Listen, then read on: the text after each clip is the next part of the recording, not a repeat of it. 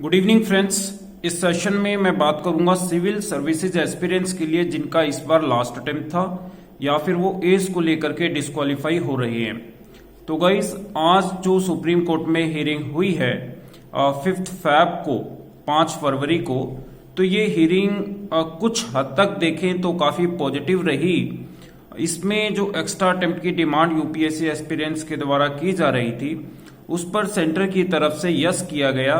उन्होंने कहा, जो मिस्टर एसवी राजू हैं, जो एडिशनल सोलिसिटर जनरल है यूपीएससी की तरफ से रिस्पोंडेंट, उन्होंने कहा कि सेंटर इस बात पर एग्री करती है जो एक्स्ट्रा अटेम्प्ट की डिमांड है उसे देने के लिए, एक्स्ट्रा अटेम्प्ट देने के लिए स्टूडेंट्स को एग्री उन्होंने किया। बट यहाँ पर पार्शली एग्री किया। वो किस कैटेगरी के कैंडिडेट्स को से एग्री कर रहे हैं, उन्होंने ये कहा कि जो वन टाइम कंसेशन है, वन टाइम जो रिलैक्सेशन है, वो उन कैंडिडेट को देने की बात उन्होंने कही जिनका 2020 में जो अक्टूबर 4 को प्रीलिम्स हुआ था उसमें 2020 में उनका ये लास्ट प्रयास था, लास्ट अटेम्प्ट था और उनकी एज अभी बची हुई है। मतलब जिनकी एज अभी एग्जॉस्ट नहीं हुई है, एज अभी कंप्लीट नहीं हुई है। जैसे जनरल कैटेगरी में आप 32 के अभी नहीं हुए हैं, ठीक है, जो आपने अक्टूबर 4 को एग्जाम दिया था तब अगर आपकी एज 32 नहीं हो रही थी, ठीक है, उससे आप कम थे, तो आपको अटेम्प्ट दिया जाएगा, राइट। तो अभी अगर आपकी एज बची हुई है और आपके अटेम्प्ट्स अगर एग्जॉस्ट हो गई है और ये आपका अंतिम प्रयास था, ये आपका अंतिम प्रयास था, अक्टूबर 4 को जो एग्जाम हुआ है वो आपका अंतिम प्रयास था, तो आपको अटेम्प्ट दिया जाएगा, सेंटर ने ऐसा कहा है, राइट। अब मैं आपको एक स्टेटमेंट रीड कर देता हूं जो liveload.in के द्वारा भी शेयर की गई है। उन्होंने लिखा है, centre and UPSC agree to grant extra chance to candidates who had lost attempt in October 2020 and are not age barred as one-time relaxation. Accordingly, the court has directed the ASG, Additional Solicitor General, to circulate the official note during the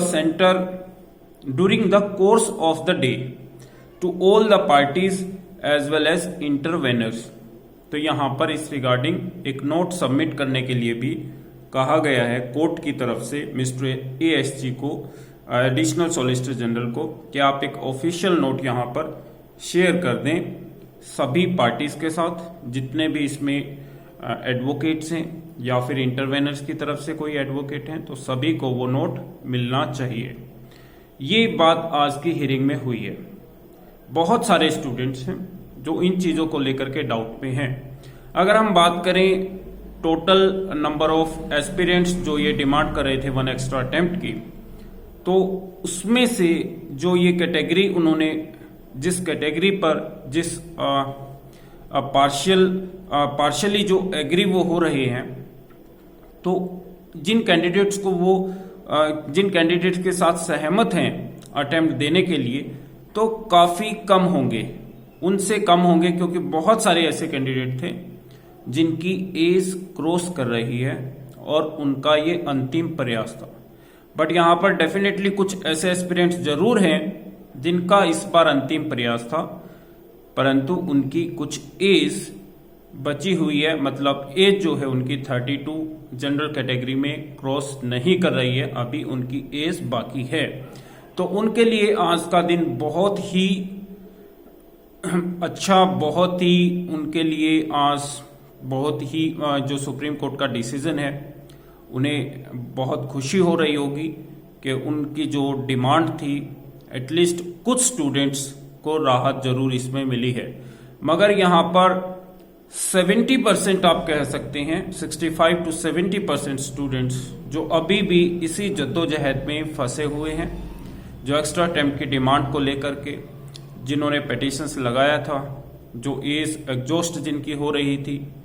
30th याद करें अगर आप लोग, तो 30th सितंबर को जब hearing में 1 time relaxations की बात पिटीशनर्स के एडवोकेट ने कही थी, तब जो सुप्रीम कोर्ट बेंच ने डायरेक्शंस दिया था यूपीएससी के रिस्पोंडेंट को, तो वो उस बिहाफ पर दिया था। उन्होंने ये कहा था कि एज और अटेम्प्ट वाइज आप कंसीडर करें, और जो अदर जैसे कोरोना अफेक्टेड हैं या कोरोना वॉरियर्स हैं तो उन्हें इसमें कंसीडर किया जाए।